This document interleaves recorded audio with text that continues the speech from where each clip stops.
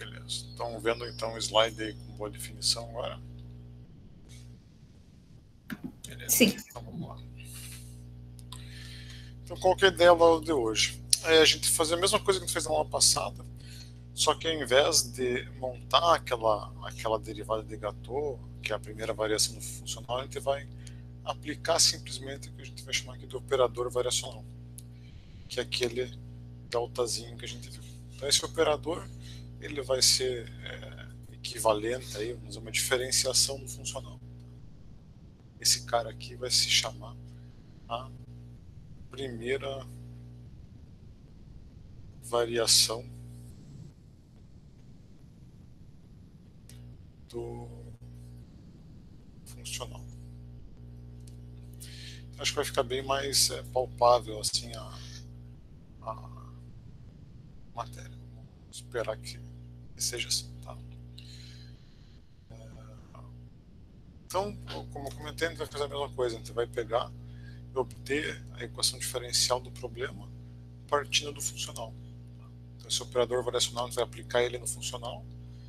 Vamos realizar algumas operações dentro dele e obter a equação diferencial e as condições de contorno naturais do problema. Então, acho que vai ficar mais didático aquela construção. E esse processo de hoje ele é bem útil, porque ele vai ser bem um caminho que a gente tem que fazer para deduzir, por exemplo, para formular matriz de rigidez e vetor de cargas em elementos finitos. Tá? Então, você ganhando familiaridade com esse processo, depois é só adaptar ele, no caso lá dos elementos finitos, com as funções de aproximação que a gente vai ter lá, e a gente consegue facilmente daí com ele deduzir matriz de rigidez de elemento de viga, de Bernoulli, de Timoshenko, de placa, etc. Então, isso fica bem útil aí para as outras matérias que vocês vão ver depois dessa. Então, o que a gente viu na aula passada? Como é que a gente perturba um funcional? Tá? Então, a tal da variação vai ser nada mais do que uma perturbação do funcional. Beleza? O que a gente tinha que fazer para perturbar um funcional? A gente tinha que perturbar uma função em seu domínio inteiro. Tá? Então, a gente criava essas famílias de funções aqui, U barra, a partir de U. Tá? Então, a gente, vamos dizer, perturbava a nossa função com aquele lambda vezes o neta. Lembrando que quais eram as características que a gente tinha aqui. U é a função exata lá que a gente não conhece. Tá? O barra são os caminhos admissíveis, ou seja, são todas as funções que respeitam as condições de contorno essenciais do problema. E para isso ser verdade, as nossas funções netas têm que zerar onde eu tenho condição de contorno essencial. Por fim, lá, o lambda era um escalar que dava a amplitude da nossa perturbação. Então, ó, tem esse termozinho aqui, é a perturbação da função. Tá? Então, a gente vai escrever ele como sendo a perturbação da função U. Então, nosso U barra é a nossa função U mais a perturbação dela. E a perturbação dela, a variação U, vai ser dada por esse símbolozinho delta 1. Beleza? Então, por exemplo, a variação ou perturbação da função U é igual o lambda vezes o neta. Lembrando que o neta aqui é qualquer função que zere lá nas condições de contorno essenciais da função U. A perturbação ou variação de U' é simplesmente lambda vezes neta'.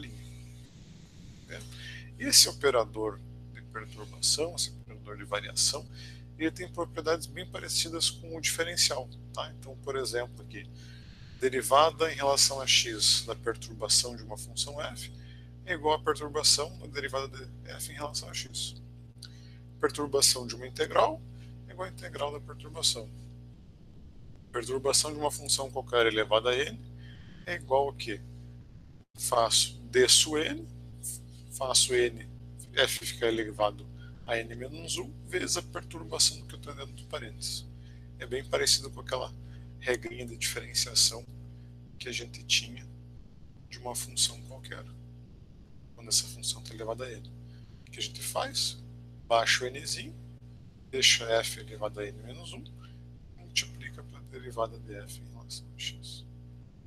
Então isso aqui seria essa versão para o caso do operador variação. Tá? E é distributivo, variação de uma soma igual a soma das variações. Beleza? Então o que a gente vai fazer? Utilizando essas quatro propriedades da nossa variação, a gente vai fazer as mesmas deduções que a gente fez na aula passada. Beleza? Então, quando você vem aqui a perturbação ou variação de uma função, lembre-se simplesmente do lambda vezes neta. Se vocês conseguiram fazer o exercício lá sugerido, deu para entender bem que a perturbação de uma função é você fazer ela oscilar no domínio inteiro dela, respeitando as condições de contorno essenciais, tá? Ou criando um caminho, em outras palavras, criando um caminho admissível qualquer. Beleza? Então vamos voltar para o nosso probleminha mais simples, que é a nossa barrinha 1D. Tá? Então nesse caso aqui vamos analisar um problema um pouquinho diferente para a gente lidar também com condições de contorno naturais. Então para essa estrutura o que a gente tem? A gente sabe que o domínio vai de x igual a 0 até x igual a L. A gente tem uma equação de contorno essencial em x igual a 0, que a gente sabe que o deslocamento ali é 0. E a gente tem uma condição de contorno natural em x igual a L, porque a gente sabe aqui que a tensão nesse ponto tem que ser igual a sigma 0. Tá? Então a gente tem lá sigma 0 vai ser igual a E vezes deformação específica avaliada nesse ponto. Então, vezes du dx avaliado lá em L. Tá? Ou E vezes o linha dele. Beleza? A gente tenta deduzir lá na primeira e segunda aula o funcional da energia potencial para esse problema. Então tinha aquela parcelona lá que vai ficar dentro do integral, menos a contribuição do trabalho externo aqui. Então, o trabalho aqui é força vezes deslocamento, força é a área vezes a tensão sigma 0, deslocamento é a função 1 avaliada lá em x igual a L. Beleza? Então, vamos tentar aplicar esse operador variação aqui no nosso probleminha da barra 1D e ver onde que a gente chega. Tá? Então, o que a gente vai fazer? Como a gente tinha lá o nosso funcional, vamos fazer variação, primeira variação dele, ou seja, variação de tudo isso aqui. Tá? Então vai ficar variação da integral menos variação desse termo aqui.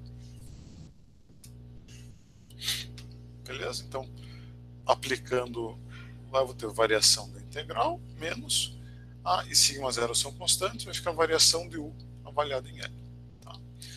Pelas nossas propriedades dos dois lados anterior, variação da integral é igual à integral da variação.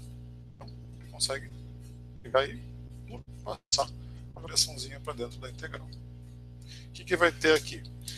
A gente vai aplicar agora a propriedade distributiva. Variação de uma soma é igual à soma das variações. Então, a variação está aplicada ao parênteses inteiro. Vai ficar o quê? Variação no primeiro termo menos variação no segundo termo. Tá? No primeiro termo, EA sobre 2 é constante, então vai ficar variação de U' quadrado menos variação de U vezes Q. Tá? Para esse termo aqui que a gente vai fazer? Vamos aplicar essa propriedade aqui. Essa aqui. Tá? Variação de uma função elevada a N vai ser aquela regrinha bem igual da diferenciação. O que a gente vai obter? Variação de U' ao quadrado, vamos fazer o seguinte. O N, então, é igual a 2, então vai descer o 2.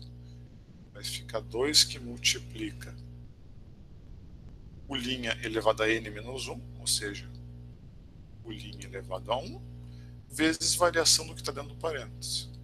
Vezes variação. Beleza? Então esse 2 vai cortar com o 2 que está aqui na frente. E vamos ter essa expressãozinha aqui. Beleza? O resto ficou constante. Então notem, quando a gente chega nesse ponto aqui, a gente tem já uma expressão para a primeira variação do funcional. Então, vai depender aqui de U', a variação do U', variação de U, variação de U avaliada em L. Tá? Então, se a gente quer encontrar a função que faz o nosso funcional ser estacionário, ou seja, que faz o nosso funcional chegar num valor mínimo, a gente iguala essa variação a zero. Então, faz essa expressão C igual a zero. Beleza? E outra coisa que a gente vai fazer é substituir, então, o operador, a variação das funções, pelas suas definições. A gente vai voltar uns slides, variação de U igual a lambda vezes neta. Variação de U' igual a vezes lambda vezes neta linha. Então, o que a gente fez? Vamos pegar aqui essa variação de U e substituir por lambda vezes neta linha, que é esse cara que entrou aqui. Vamos pegar essa variação de U, substituir por lambda vezes neta, que é esse cara aqui. E aqui fora, a variação de U avaliado em x igual a L vai virar o quê? Lambda vezes neta avaliado lá em L, que é esse cara que entrou aqui. Beleza? Então notem, todos os termos dessa integral, a gente pode colocar, por exemplo, neta em evidência, isolar ele da integral, e pegar o lambda, colocar em evidência e tirar ele da integral, por isso ser uma constante. E esse termo aqui fora também tem um lambda. Então, se eu dividir os dois lados da expressão por lambda, consigo eliminar ele da equação. Então, a gente chega nessa expressão aqui embaixo. Então, notem, nessa expressão a gente tem o funcional igualado a zero e só tem a função neta e neta linha. O que a gente vai fazer? Vamos pegar esse primeiro termo aqui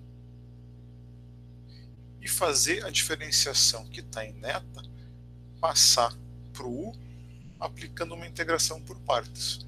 Fazendo isso, eu vou ter os dois termos dentro da integral como função de neta e vou poder colocar ele em evidência.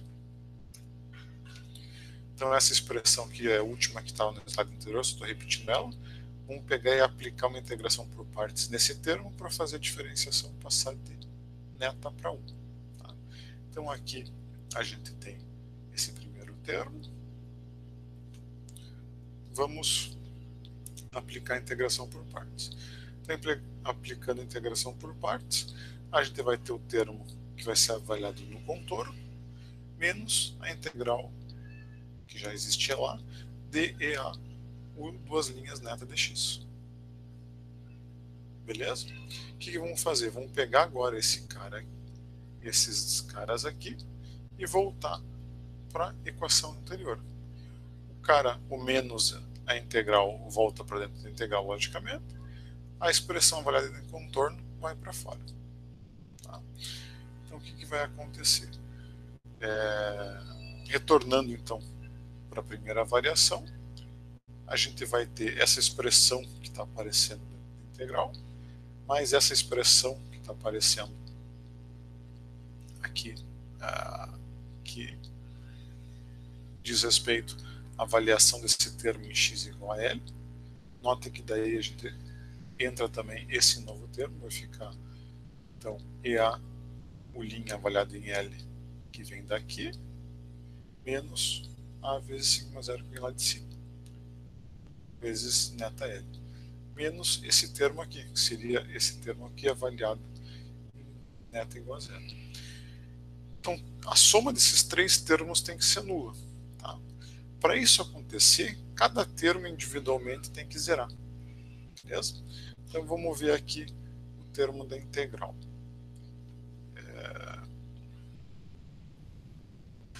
Vamos ver primeiro o termo da integral. O que a gente tem? Para essa integral ser nula, eu vou ter que ter a integral dessa quantidade entre colchetes vezes neta, a integral disso vezes neta ser igual a zero. Neta pode ser qualquer função, tá? Desde dessas condições de contorno essenciais. Então, para eu garantir que essa integral sempre zero, essa quantidade que está entre colchetes aqui tem que ser igual a zero. Tá?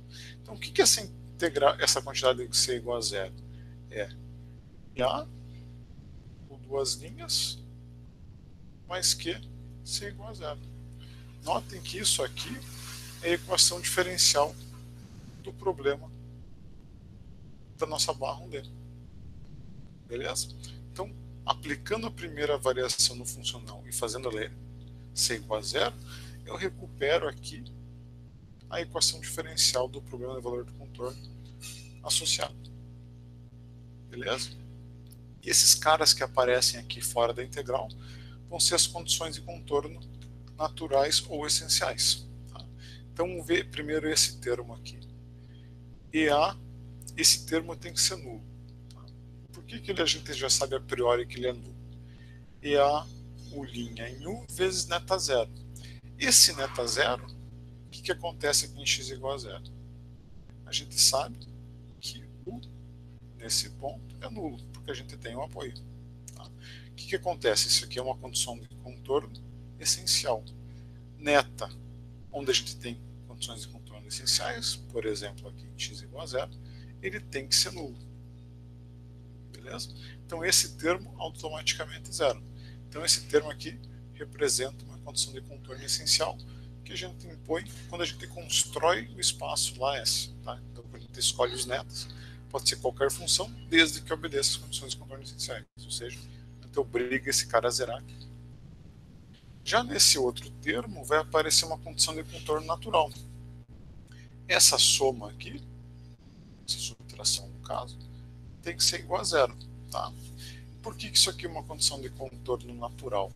Notem que isso aqui está sendo avaliado em x igual a L. O neta em x igual a L é diferente de zero. Tá? Por quê? Porque lá em x igual a L eu tenho uma condição de contorno natural. Eu não posso obrigar minha função a zerar. Se eu obrigar ela a zerar, eu tenho um problema de convergência lá de partir para soluções aproximadas. Então, o neta vezes L pode ser qualquer coisa, tá? Não necessariamente zero. Então, eu tenho que obrigar o que está dentro do conchetes a zerar. Beleza? O que a gente tem dentro do conchetes? EA, U' em L, menos A sigma zero em L. Então, basicamente, a gente tem lá EA, U' avaliado em L, menos A sigma zero igual a zero. O A está nos dois termos da equação. Eu vou ficar com EA, U' em L, igual a sigma zero. Que era a nossa condição de contorno natural do problema. Então, se nós voltarmos alguns slides, quando a gente formulou o problema, a gente tinha aqui a condição de contorno natural, que era sigma zero igual a E vezes U, linha avaliada em L. Beleza? Então, a gente, a partir, você fazendo a primeira variação no funcional ser nula, a gente encontra o que tiver dentro da integral, a equação diferencial do problema, e o que tiver fora da integral, a gente encontra as condições de contorno. Se forem nos pontos onde a gente tem condição de contorno essencial, a gente recupera elas, e se for nos pontos onde tem condição de contorno natural, a gente recupera a condição de contorno natural do problema.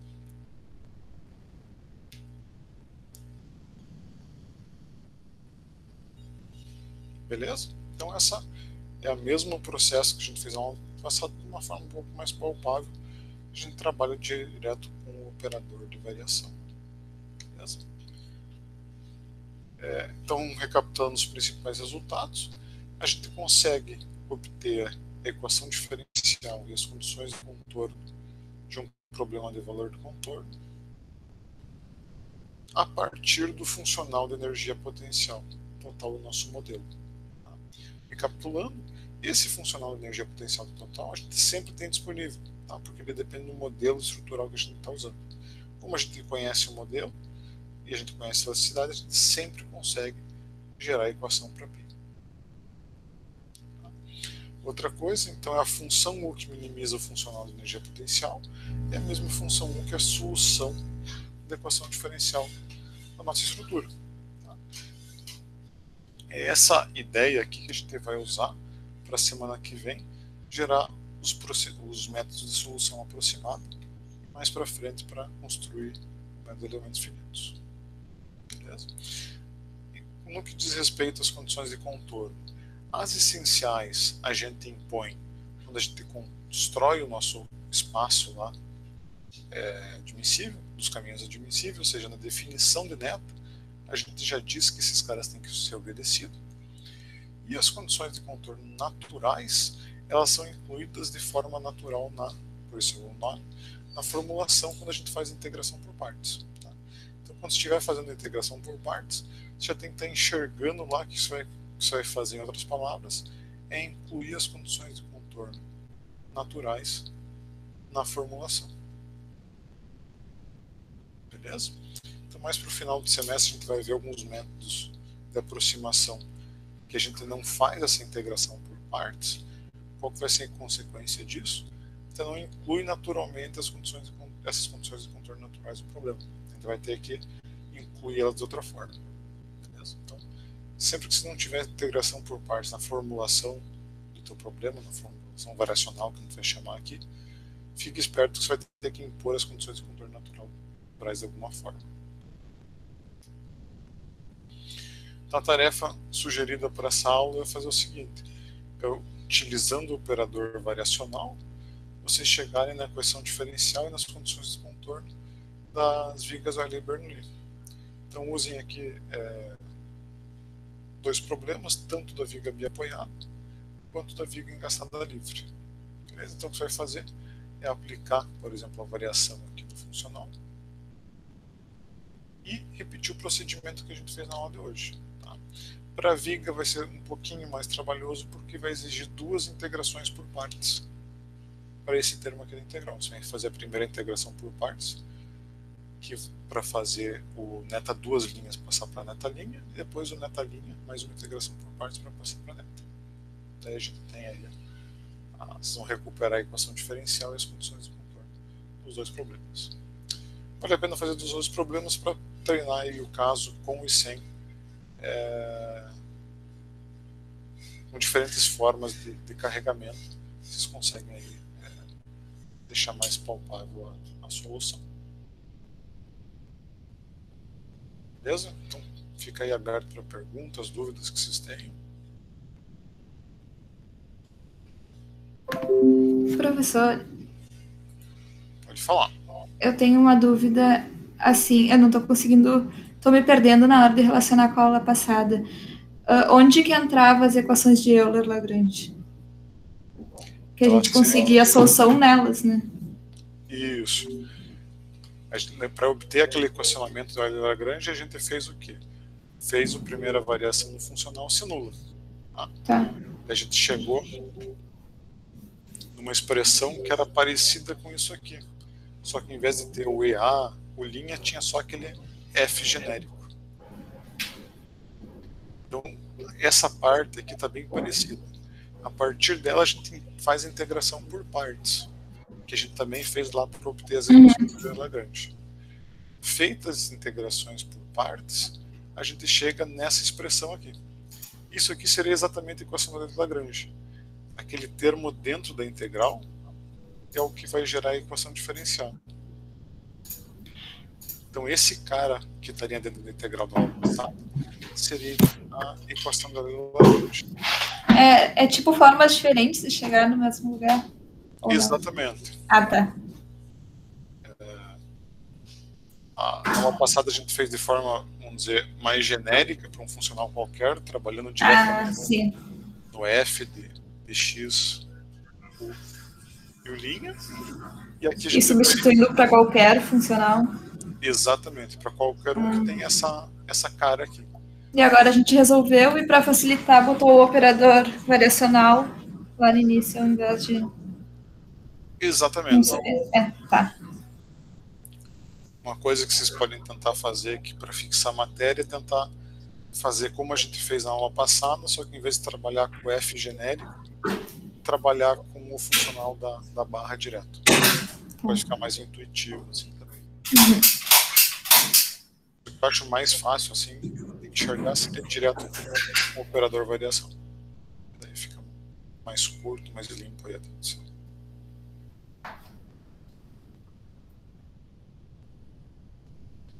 E o legal do operador variação fica mais fácil de enxergar que o formato que sai as equações diferenciais, as condições de contorno do problema também.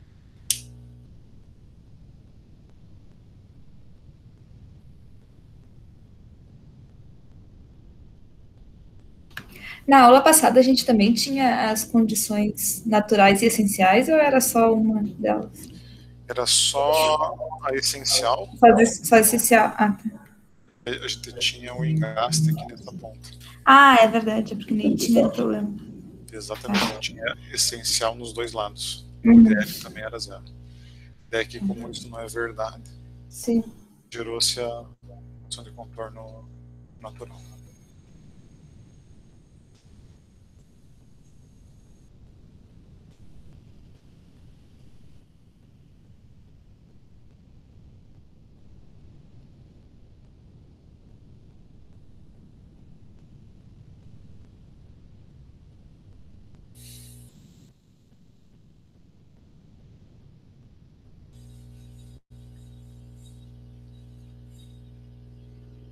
Se tiverem dúvidas da aula passada também, fiquem à vontade para perguntar.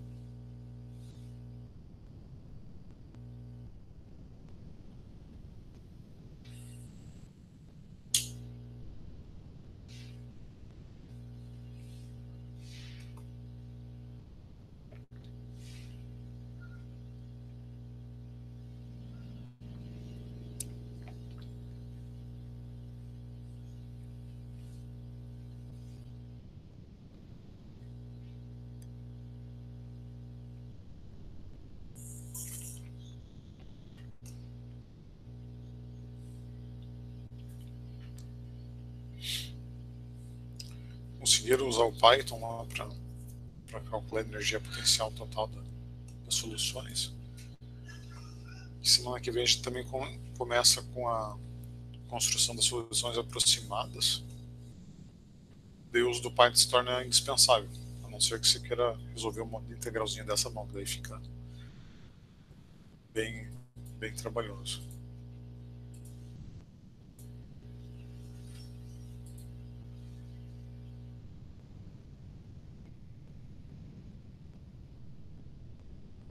Isso aí, a aula de hoje a gente encerra aqui, pessoal. Tendo alguma dúvida, escrevam.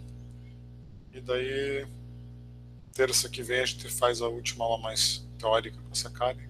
Na quinta passa para a construção das soluções aproximadas para os problemas de mecânica dos sólidos.